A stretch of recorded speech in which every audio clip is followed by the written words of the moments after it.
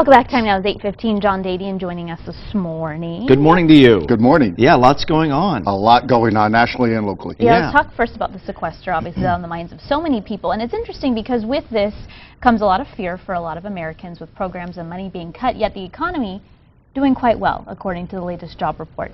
But let's talk about President Obama's push right now and how he is reaching out to the GOP, especially last night.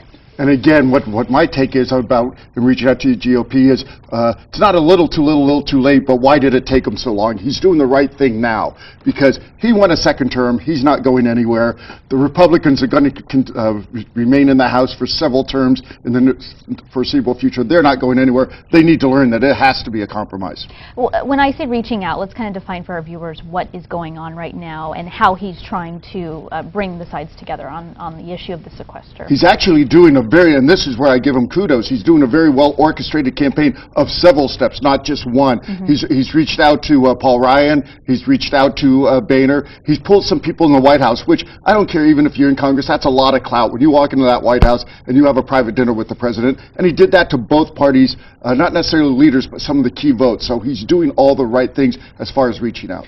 There was a piece of news that came out of that dinner that I thought was kind of interesting in that a number of the senators said that they got information from the president in terms of cuts that he had proposed to the leadership that the leadership never went to the GOP with.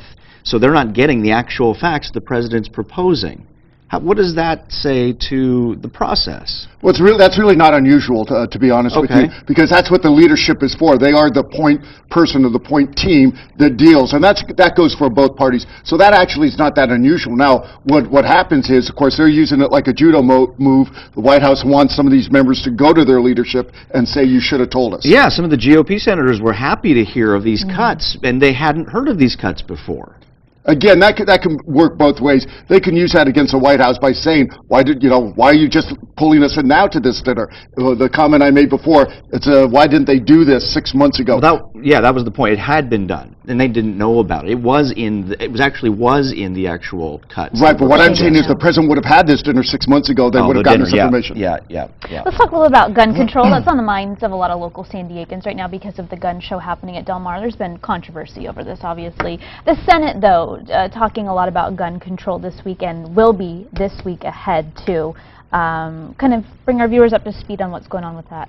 You know, I hear different mixed things from my friends in D.C. about what actually has a chance of passing in either house, and I don't think much is going to pass, to be honest with you. I think after all these tragic shootings that happened, clearly the public became aware of the concern, but as we see locally, there's another side to that coin, and that is, I'm hearing numbers that this gun show is getting triple the amount of people it normally gets, so there's a lot of people that are very concerned about any potential gun legislation. The only thing I think that has a possible chance of passing is the background check, which we have in California, but it's not nationally. That has a chance, but that probably will even fail. Yeah, they were talking about using California as a national model for universal background checks. See if that because it is one of the strictest of all the 50 states. But again, what goes good for California may not go good in Montana, for example. John, let's talk local real fast. We've got about a minute left, and I think the news this week, Jeff, correct me if I'm wrong, but a judge saying that they will have a speedy trial when it comes to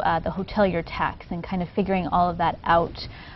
Your take on what's going on right now and what a speedy trial means for us San Diegans. Well, I don't want to use the word bizarre, but it was pretty strange as far as what happened in court because it was the most unique circumstance I ever saw. You had the mayor in court, you had the city attorney in court representing the city, but the mayor was saying he wasn't representing him. So this is a dynamic we've never seen before, to be honest with you. So the judge is going to basically, there's several rulings that he has to make about whether or not the hotel tax is legal to begin with, but then also one of the lawsuits that's been filed is whether or not the mayor has to sign that contract. Personally, and I'm not an attorney, I don't see how any judge is going to rule that an elected official has to sign something. So I don't know what they're asking for remedy and relief. Timeline, Wednesday, right? It sounds like we could get something. I thought Tuesday, but this week, Tuesday or Wednesday. Yeah, well, that'll be no, it's coming. Something to watch. Well, again, you asked about timelines. The timeline is coming for when their budget runs out for the Tourism Council, et cetera. So those are the type of things that the judge took into consideration. All right.